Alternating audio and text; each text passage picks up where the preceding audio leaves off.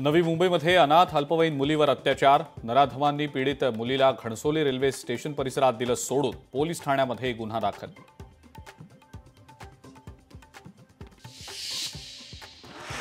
बुरखा घालून परीक्षा केंद्रामध्ये प्रवेश नको। मत्स्य आणि बंदरे विकास मंत्री नितेश राणेंचं शिक्षण मंत्री दादा भुसे यांना पत्र।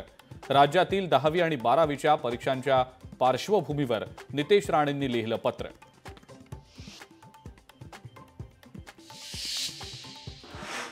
छत्रपती संभाजीनगरमध्ये वेतनासाठी वकिलांचं तिरडीवर झोपून अन्नत्याग आंदोलन। 10,000 रुपये प्रति महिना विद्यावेतन देण्याच्या मागणीसाठी केलं आंदोलन।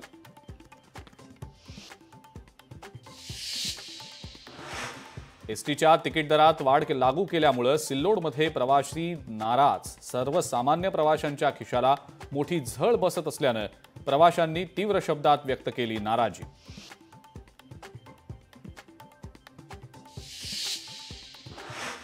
सैफ अली खान हल्ला प्रकरणात संपूर्ण माहिती लवकरच पोलीस खात्याकडून मिळेल। अफवांपेक्षा अधिकृत माहितीवर विश्वास ठेवा, गृहराज्यमंत्री योगेश कदम यांचं आवाहन।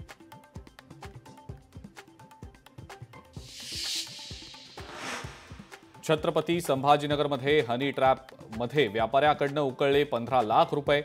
या प्रकरणी एका महिलेसह 4 आरोपींना अटक।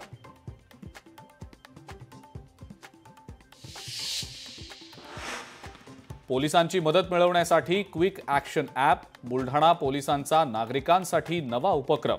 अनुचित प्रकार नियंत्रणात आणण्यासाठी मदत होणार।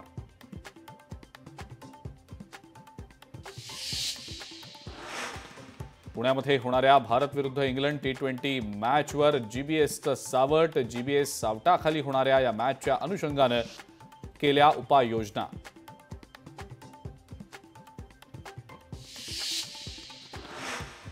नवी मुंबईतल्या एपीएमसी बाजारात फळांचा राजा दाखल।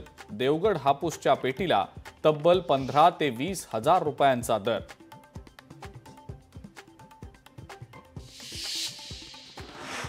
नाशिकच्या शिरपेचात मानाचा तुरा। भारतातील 707 महाविद्यालयांमधून केबीएच दंत महाविद्यालयाला प्रथम क्रमांक। इंडियाज बेस्ट डेंटल कॉलेज 2024 या राष्ट्रीय पुरस्कारानं सन्मान।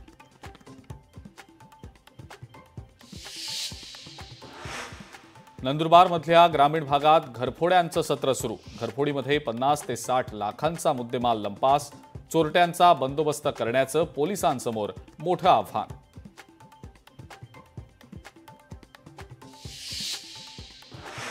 आणि सातारा पोलिसांची मोठी कारवाई। पोलिसांनी बेकायदेशीररित्या पिस्तूल विकणाऱ्यांना पकडलं रंगेहात। आरोपींकडनं 1 लाखाचा मुद्देमाल जप्त।